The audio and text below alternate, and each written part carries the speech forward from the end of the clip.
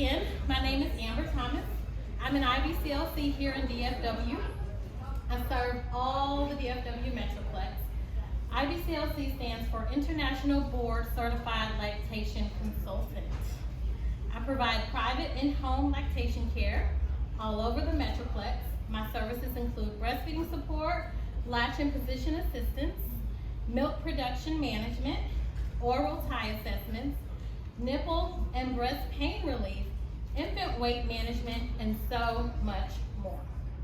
I have a Bachelor's of Science in Biology from TWU, as well as a Bachelor's in Science in Nursing from Baylor. I've worked as an RN in labor and delivery, in postpartum, and lactation. I'm also a doula and a Lamaze educator. I have a 15-year-old daughter who has taught me everything I know, and she keeps me pretty busy. For example, before I came here today, I was at a track meet with her, met with Samantha for lunch, changed clothes in the bathroom, and came here to speak to you guys today. And that's pretty much what my day looks like on the weekends with a 15-year-old. I know I don't look like I have a 15-year-old, right? I do. Okay, so I've been working with families for over 20 years. I really enjoy my work and helping families thrive in their prenatal and postpartum journeys. Enough about me. Let's get into it. So, how many of you have heard horror stories about breastfeeding? I've lived them. Tell me some of them. What about you? Painful. Painful. Bloody cracked nipples, right? What else? Mastitis. Ooh, mastitis infection. That one's not fun at all. Thrush, engorgement. What else? Baby's not gaining weight and it's your fault. Look, you just going down my list. Baby's not gaining weight and it's your fault. Did you make sure I had all the information I need? What else? Good. You guys hit them all on the dot. Bloody cracked nipples. Not enough milk. Too much milk. Does anybody know that too much milk can be a problem? Yeah. It's not all it's cracked up to be, right? Baby's not gaining weight. Baby's losing weight. Lots of issues with breastfeeding. So, this all sounds familiar, right? If so, do you guys want to know how you can avoid, limit, and reduce these experiences? Yes, ma'am. All right. Okay, great. So let me tell you how. Plan ahead. So, when we get married, we have a wedding planner. When we get pregnant, we have a baby shower. When we have a baby, we have a birth plan. Well, do you guys have a breastfeeding plan? Anybody? Raise your hand. I love it. So one out of the whole room, okay? So this is an issue, you guys. Nobody's prepared for what to expect with breastfeeding. You're prepared for how to have your baby, what to expect when you're expecting. You have this baby, they send them off with you. Good luck at home, right? So it's important to prepare for your breastfeeding experience just as well as it is for the baby's birth experience, right? Okay, so with that, did you guys know that you can order a free breast pump through your insurance? Have you already ordered your breast pump? Good. Did you know that you can order a lactation consultant through your insurance? Yes is the answer. There is a third-party company called the Lactation Network. Have you guys heard of it? No. Yes. Okay, look at you. Have you come sit up here with me? So, if you look at your handouts here, it tells you a lot about the Lactation Network and a lot about the services that I offer as a reference. So, now that you've ordered your breast pump, you can order your private lactation consultant. Mwah. So, because I service the DFW area, if you scan the QR code on your brochure or your handout, it will send you directly to my link. You can fill out your insurance information on that form, and it will tell you if the services are covered. If you have major insurance such as Blue Cross Blue Shield, United Healthcare, Cigna, most of those plans are covered. If not, we'll discuss options for reimbursement to get your services covered. So this is something you want to do now so that you can meet with a lactation consultant during your pregnancy to discuss concerns that you may have for breastfeeding. Dr. Olivia mentioned that she had a thyroid concern that affected breastfeeding that she had no idea about. That's something you would assess with your lactation consultant in your prenatal visit. So, if you are approved for lactation coverage through your insurance via the Lactation Network, they generally approve you for up to 6 sessions, which is awesome. 2 years ago, it was 3 sessions. So obviously there's a need for moms for additional support with breastfeeding, right? The first 6 weeks are the hardest for everyone. Everyone. You're adjusting to a lack of sleep. You're adjusting with a newborn. You have changes in your body. If you had a C-section, that can further complicate things. If you have a toddler at home already, that can also further complicate things with coming home with a newborn. So, those 6 sessions can help get you through the hardest time of your postpartum recovery. So, for me, I've developed a personalized, customized feeding plan for all of my clients who meet with me prenatally. So, for each session, we have a goal. The first session is your prenatal session. That's where we meet, usually on video, and we're just gonna talk about any concerns that you have. If you've breastfed before, what that was like. If you have heard of issues in your family with breastfeeding, what are those concerns? If you've had a breast surgery, how might that affect breastfeeding and milk production? Do you have any medical issues that can affect milk production, such as thyroid disorders, PCOS, infertility, endometriosis, or a history of breast surgery, among many other things? So we'll need to go over your medical history and see if there's any risk factors that can affect your milk production or your breastfeeding experience. And from there, we can address those things while you're still pregnant and set up a plan to set you up for success. We'll also discuss breastfeeding supplies and inventory, things that you need, things that you really don't need. Things such as pillows, bras, creams, pumps, pads. If you haven't already ordered your breast pump at this point, I will help you choose the best breast pump that's best for you. Based on your breast anatomy, your breast density, the elasticity of your nipples, these are things that are important to take into account when ordering a breast pump. All breast pumps don't work well for all women. You may have heard from your friends, ooh, order this one, order this one. Popular one out right now is the Elvie. I will tell you, I'm not a fan. Amen. Not the best pump for, if you, like my friend here, if you have overproduction, it may be good for you. But most moms report poor output with the Elvie. And they end up with clogged ducts and engorgement and mastitis because it is not emptying them well, okay? Not for everybody. So it's good to have that evaluation with your lactation consultant. Your flange sizes can be evaluated as well. All those things will be customized to you, okay? So we'll talk about what to eat while breastfeeding.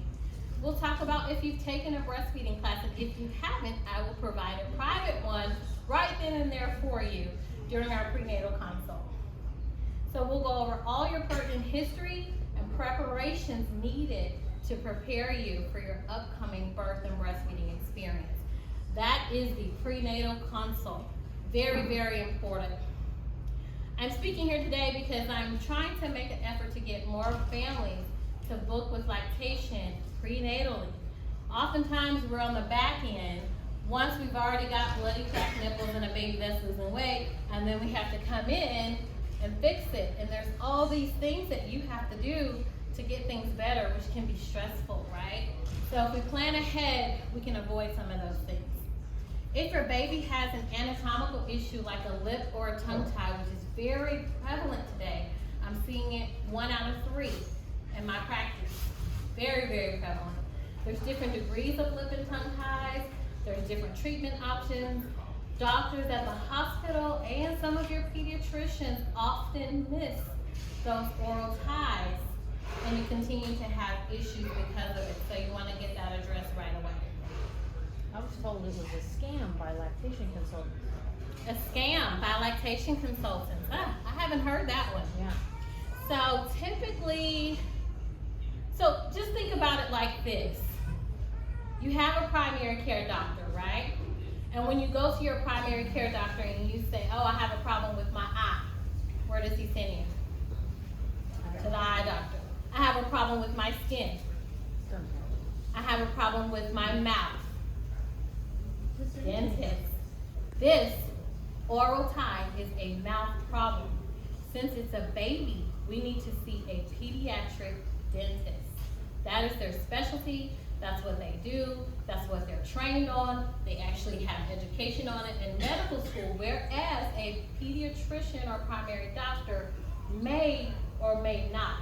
But I don't know about you. If it's me, I want to go to the specialist and make sure that I'm getting the most accurate information possible. As a lactation consultant, I've had many moms that we can't diagnose lip and tongue ties, but we can suggest that there is a restriction and provide a referral. We've had it happen to where the lactation says, yes, there's an issue, and the pediatrician says no, and then weeks later, the baby's failure to thrive and mom is giving up on breastfeeding. Okay? So this is a real issue. Start looking on Facebook groups for lip and tongue ties. There's lots of groups on it. That's how important it is. And so you want to get that assessed right away. Questions? The next consult. Now this is just for me. If you reach another lactation consultant through the Lactation Network, everybody has their own different way of doing things. So these are how I use my sessions. So the next session, session 2, is your initial consultation after birth. I usually like to do this between 3 and 5 days after birth, because usually during that time I want to give you guys some time to recover from the birth, for you to practice, get home from the hospital, get as much help as you can from the lactation consultants at the hospital or birthing center, whoever's available. And then once you get home and recover, most likely you'll be experiencing engorgement within that 3 to 5 day period.